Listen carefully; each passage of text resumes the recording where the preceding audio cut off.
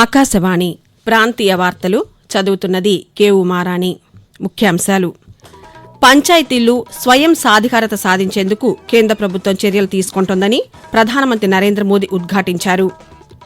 ఉపాధి హామీ పథకం ద్వారా గ్రామీణ ప్రాంతాల్లో పని కల్పిస్తున్నామని ఉప ముఖ్యమంత్రి కె పవన్ కళ్యాణ్ తెలిపారు. రాష్ట ప్రభుత్వం పారిశ్రామికాభివృద్దికి ప్రాధాన్యమిస్తోందని సూక్ష్మ, చిన్న, మధ్యతరహా పరిశ్రమల శాఖ మంత్రి కొండపల్లి శ్రీనివాస్ అన్నారు. గ్రామాల్లో రక్షిత తాగునీరు అందించాలనే లక్ష్యంతో ప్రభుత్వం ప్రణాళికలు రూపొందిస్తోందని గిరిజన సంక్షేమ శాఖ మంత్రి గుమ్మిడి సంధ్యారాణి అన్నారు. వెనుకబడిన వర్గాల ఆర్థిక అభ్యున్నతికి రాష్ట ప్రభుత్వం కట్టుబడి ఉందని పౌర సరఫరాల శాఖ మంత్రి నాదెండ్ల మనోహర్ వెల్లడించారు. ఇక వార్తల వివరాలు: పంచాయతీల్లో స్వయం సాధికారత సాధించేందుకు కేంద్ర ప్రభుత్వం చర్యలు తీసుకుంటోందని ప్రధానమంత్రి నరేంద్ర మోదీ ఉద్ఘాటించారు. బీహార్లోని మధుబనిలో ప్రధానమంత్రి నరేంద్ర మోదీ ఈ రోజు పర్యటించి అక్కడ నిర్వహించిన జాతీయ పంచాయతీరాజ్ దినోత్సవం కార్యక్రమంలో పాల్గొన్నారు. ఈ సందర్భంగా 13,480 కోట్ల రూపాయలతో చేపట్టిన అనేక అభివృద్ది ప్రాజెక్టులను ఆయన ప్రారంభించి శంకుస్థాపన చేసి జాతికి అంకితం చేశారు. అనంతరం నిర్వహించిన బహిరంగ సభలో ప్రధానమంత్రి మాట్లాడుతూ గ్రామాలను ఆధునిక సాంకేతికతతో అనుసంధానిస్తున్నామని తెలిపారు.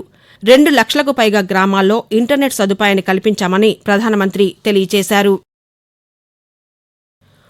ఉపాధి హామీ పథకం ద్వారా గ్రామీణ ప్రాంతాల్లో పని కల్పిస్తున్నామని ఉప ముఖ్యమంత్రి కె పవన్ కళ్యాణ్ తెలిపారు.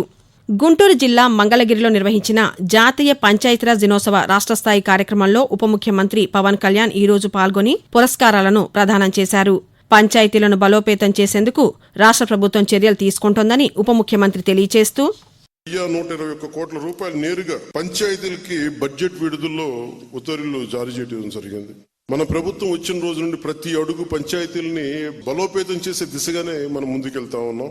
సర్పంచుల ఆత్మ గౌరవాన్ని పెంపొందించేది ఇందాక చెప్పినట్టుగా జాతీయ పండుగలైనటువంటి స్వాతంత్ర మరియు గణతంత్ర దినోత్సవాల నిర్వహణకు మంజూరు చేసిన నిధుల్ని 100 నుండి 10,000కి మరియు 250 నుండి 25,000కి పెంచాం. ఉపాధి హామీ పథకాన్ని పారదర్శకంగా అమలు చేస్తూ సోషల్ ఆడిట్స్ చాలా సమర్థవంతంగా నిర్వహించడం జరిగింది. 24-25 ఆర్థిక సంవత్సరంలో 24,23,00,000 పని దినాలను 5,10,000 కుటుంబాలకు 100 రోజులు పని కల్పించాం. రాష్ట్ర ప్రభుత్వం పారిశ్రామికాభివృద్దికి ప్రాధాన్యమిస్తోందని సూక్ష్మ, చిన్న, మధ్యతరహా పరిశ్రమల శాఖ మంత్రి కొండపల్లి శ్రీనివాస్ అన్నారు. వైఎస్సార్ కడప జిల్లా పర్యటనలో భాగంగా కొప్పర్తి పారిశ్రామికవాడను ఆయన ఈ రోజు పరిశీలించారు. ఈ సందర్భంగా మంత్రి మాట్లాడుతూ కొప్పర్తి పారిశ్రామికవాడలో మరిన్ని పరిశ్రమలు తీసుకురావడానికి చర్యలు తీసుకుంటున్నామని చెప్పారు. కేంద్ర ప్రభుత్వ ఆధ్వర్యంలో నిర్మిస్తున్న టెక్నాలజీ కేంద్రాన్ని 20 ఎకరాల్లో ఏర్పాటు చేస్తున్నామని మంత్రి తెలియజేస్తూ కొత్తగా ప్రపోజ్ చేసినటువంటి ఎంఎస్ఎంఈ పార్క్ టెక్నాలజీ సెంటర్ ఇక్కడే పెట్టండి, దాన్ని ఎలాగా వేగవంతం చేసి దాన్ని ఇక్కడ ఏర్పాటు చేయడానికి ఎటువంటి ప్రాబ్లమ్స్ ఉన్నా వెంటనే రెక్టిఫై చేసి చేయమని చెప్పారు. ఆ ల్యాండ్ కూడా 20 ఏకర్స్ ల్యాండ్ టెక్నాలజీ సెంటర్, దాన్ని కూడా చూడడం జరిగింది. ఇక్కడ ఫేజ్ 2లో కూడా ఫార్మా ఇండస్ట్రీస్ కూడా ఒక స్కోప్ ఉందని కూడా చెప్పడం జరిగింది. కడప జిల్లా ఉన్నటువంటి ప్రతి ప్రాజెక్టు కూడా ముందుకు తీసుకెళ్లి డెవలప్మెంట్ అనేది వేగవంతమని చేయమని చెప్పి గౌరవ ముఖ్యమంత్రులు మాకు సూచించారు. ఈ ప్రాంతం అభివృద్ధి పట్ల ఈ ప్రభుత్వం చిత్తశుద్ధి ఉంది. ఖచ్చితంగా ఒక మంచి మెరుగైన ఇండస్ట్రియల్ గ్రోత్ ప్లస్ ప్రతి ఒక్కరు కూడా సెల్ఫ్ ఎంప్లాయ్మెంట్ కల్పించే విధంగా ఈ ప్రభుత్వం పనిచేస్తుందని తెలియజేస్తుంది.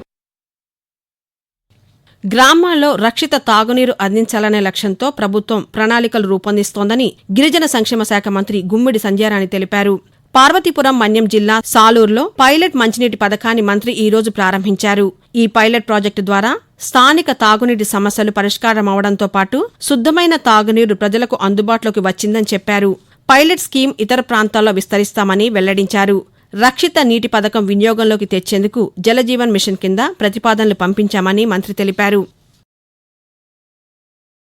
కేంద్ర ప్రభుత్వ సంక్షేమ పథకాలను లబ్దిదారులకు అందచేయడంలో అధికారులు కీలక భూమిక పోషించాలని అమలాపురం పార్లమెంట్ సభ్యులు జి హరీష్ మాథుర్ అన్నారు. డాక్టర్ బిఆర్ అంబేద్కర్ కోనసీమ జిల్లా పరిధిలో అమలవుతున్న కేంద్ర సంక్షేమ పథకాలపై ఆయన నిన్న అమలాపురంలో అధికారులతో సమీక్షా సమావేశం నిర్వహించారు. ఈ సందర్భంగా హరీష్ మాథుర్ మాట్లాడుతూ కేంద్ర ప్రభుత్వం అమలు చేస్తున్న మహాత్మాగాంధీ జాతీయ గ్రామీణ ఉపాధి హామీ పథకం, ప్రధానమంత్రి ఆవాస్ యోజన, జలజీవన్ మిషన్ వంటి పథకాలు క్షేత్రస్థాయిలో అమలు చేసేలా చర్యలు తీసుకోవాలని తెలిపారు. సామాన్యుల ఆర్థిక స్వావలంబనే లక్ష్యంగా పథకాల అమలుపై ముందస్తు కార్యాచరణ రూపొందించాలని అధికారులను ఆదేశించారు. ఆకాశవాణి ప్రాంతీయ వార్తలు వింటున్నారు.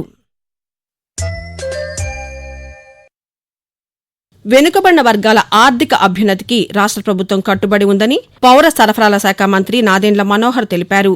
ఏలూరు జిల్లాలో అమలవుతున్న అభివృద్ది సంక్షేమ కార్యక్రమాలపై అధికారులతో నిన్న సమీక్షా సమావేశం నిర్వహించారు. ఈ సందర్భంగా ఆయన మాట్లాడుతూ అన్ని విభాగాల సమన్వయంతో సంక్షేమ పథకాలు అమలు చేయాలని తెలిపారు. భూమి కేటాయింపుల్లో భాగంగా ప్రతి నియోజకవర్గంలో ఒక ప్రణాళికాబద్దమైన ల్యాండ్ బ్యాంక్ ఏర్పాటు చేయనున్నామని తెలిపారు. P4 కార్యక్రమం ద్వారా ప్రతి కుటుంబంలో ఒకరికి ఉపాధి కల్పించడం, మరొకరిని వ్యాపారవేత్తగా రూపొందించడానికి అనువైన పరిస్థితులు కల్పించాలని అధికారులకు సూచించారు. రాష్ట్రంలో 2029 చివరి నాటికి అర్హులకు శాశ్వత గృహాలను అందించేందుకు చర్యలు చేపడుతున్నామని గృహ నిర్మాణ శాఖ ప్రత్యేక ప్రధాన కార్యదర్శి అజయ్ జైన్ తెలిపారు. విజయవాడలోని గృహ నిర్మాణ సంస్థ కార్యాలయంలో నిన్న ఆయన అధికారులతో సమావేశం నిర్వహించారు. ఈ సందర్భంగా ఆయన మాట్లాడుతూ ప్రధానమంత్రి సూర్యఘర్ ముఫ్త్ బిజిలీ పథకం కింద గృహాలపై సౌర ఫలకాల ఏర్పాటుకు చర్యలు తీసుకుంటున్నట్లు తెలిపారు.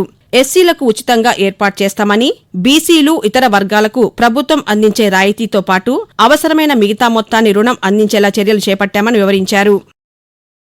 ప్రధానమంత్రి నరేంద్ర మోదీ తన మనసులోని భావాలను ఆకాశవాణి ద్వారా దేశ ప్రజలతో పంచుకునే మన్ కీ బాత్ మనసులోని మాట కార్యక్రమం 121వ సంచిక ఈ నెల 27వ తేదీ ఆదివారం ప్రసారమవుతుంది.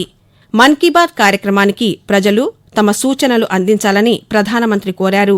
ప్రజలు తమ స్వర సందేశాలను 1800-11-7800 నెంబర్కు ఈ నెల 25వ తేదీ సాయంకాలం వరకు పంపవచ్చు. మలేరియా నివారణపై అవగాహన కార్యక్రమాలు నిర్వహిస్తున్నామని అనంతపురం జిల్లా మలేరియా నివారణ అధికారి డాక్టర్ ఓబులు తెలిపారు. అనంతపురంలో ఈ రోజు ఆయన పాత్రికేయులతో మాట్లాడుతూ ప్రతి ఒక్కరూ వారి పరిసరాలను పరిశుభ్రంగా చేసుకోవడం ద్వారా అంటువ్యాధులు ప్రబలకుండా చేయవచ్చునని చెప్పారు. మలేరియా నివారణకు ప్రభుత్వం ప్రతి శుక్రవారం ఫ్రైడే డ్రైడే కార్యక్రమాన్ని నిర్వహిస్తున్నామని తెలిపారు. ఇళ్లలో నీటి నిల్వ లేకుండా చూసుకోవాలని తెలిపారు. అదేవిధంగా మలేరియా కేసులు ఎక్కువగా నమోదవుతున్న గ్రామంలో జూన్ 1వ తేదీ నుండి పిచికారీ కార్యక్రమాన్ని చేపట్టనున్నట్లు తెలియజేశారు. ప్రభుత్వ మార్గదర్శకాలకు అనుగుణంగా ఇసుక సరఫరాకు చర్యలు తీసుకోవాలని విజయనగరం జిల్లా కలెక్టర్ ఏ శ్యాంప్రసాద్ తెలిపారు. జిల్లాలో ఇసుక సరఫరాపై సంబంధిత అధికారులతో కలెక్టర్ ఈరోజు దృశ్య మాధ్యమం ద్వారా సమీక్ష సమావేశాన్ని నిర్వహించారు. ఈ సందర్భంగా ఆయన మాట్లాడుతూ జిల్లాలోని భామిని మండలం, నేరడి, పాలకొండ మండలం, చిన్నమంగళాపురం ఇసుక దిబ్బల వద్ద ఈ నెల 27వ తేదీ నుంచి ఇసుక సరఫరా చేయాలని సూచించారు. ఇసుకను తరలించేందుకు వీలుగా నిల్వ కేంద్రాలను సిద్ధం చేసుకోవాలని, ఇందుకు స్థల సేకరణ చేయాలని ఆదేశించారు. అలాగే ఇసుక అక్రమంగా తరలించకుండా ఉండేందుకు పటిష్ట భద్రతను ఏర్పాటు చేయాలని తెలిపారు. విశాఖపట్నం జిల్లా సింహాచల క్షేత్రంలో ఈ నెల 30వ తేదీన శ్రీ వరాహ నరసింహ స్వామివారి నిజరూప దర్శనం, చందనోత్సవాన్ని నిర్వహించేందుకు ఏర్పాట్లు చేస్తున్నట్లు దేవస్థానం కార్యనిర్వహణాధికారి కె సుబ్బారావు వెల్లడించారు. ఇందులో భాగంగా ఈ రోజు నుంచి టికెట్లు విక్రయాలు ప్రారంభమవుతాయని తెలియజేశారు. దేవస్థానం నిర్దేశించిన ప్రాంతాలతో పాటు ఆన్లైన్లో కూడా ఈ నెల 29వ తేదీ వరకు 300, 1000 రూపాయల చొప్పున టికెట్లు భక్తులకు అందుబాటులో ఉంటాయని వెల్లడించారు. ఉచిత క్యూలైన్ దర్శనాలకు కూడా ఏర్పాట్లు చేస్తున్నట్లు ఆయన తెలియజేశారు. ప్రాంతీయ వార్తలు ముగించే ముందు ముఖ్యాంశాలు మరోసారి. పంచాయతీలు స్వయం సాధికారత సాధించేందుకు కేంద్ర ప్రభుత్వం చర్యలు తీసుకుంటోందని ప్రధానమంత్రి నరేంద్ర మోదీ ఉద్ఘాటించారు. ఉపాధి హామీ పథకం ద్వారా గ్రామీణ ప్రాంతాల్లో పని కల్పిస్తున్నామని ఉప ముఖ్యమంత్రి కె పవన్ కళ్యాణ్ తెలిపారు. రాష్ట్ర ప్రభుత్వం పారిశ్రామికాభివృద్ధికి ప్రాధాన్యమిస్తోందని సూక్ష్మ, చిన్న, మధ్యతరహా పరిశ్రమల శాఖ మంత్రి కొండపల్లి శ్రీనివాస్ అన్నారు. గ్రామాల్లో రక్షిత తాగునీరు అందించాలనే లక్ష్యంతో ప్రభుత్వం ప్రణాళికలు రూపొందిస్తోందని గిరిజన సంక్షేమ శాఖ మంత్రి గుమ్మిడి సంధ్యారాణి అన్నారు. వెనుకబడిన వర్గాల ఆర్థిక అభ్యున్నతికి రాష్ట్ర ప్రభుత్వం కట్టుబడి ఉందని పౌర సరఫరాల శాఖ మంత్రి నాదెండ్ల మనోహర్ వెల్లడించారు. ఆకాశవాణి ప్రాంతీయ వార్తలు ఇంతటితో సమాప్తం. తిరిగి సాయంత్రం 6 గంటల 10 నిమిషాలకు ప్రాంతీయ వార్తలు వింటారు.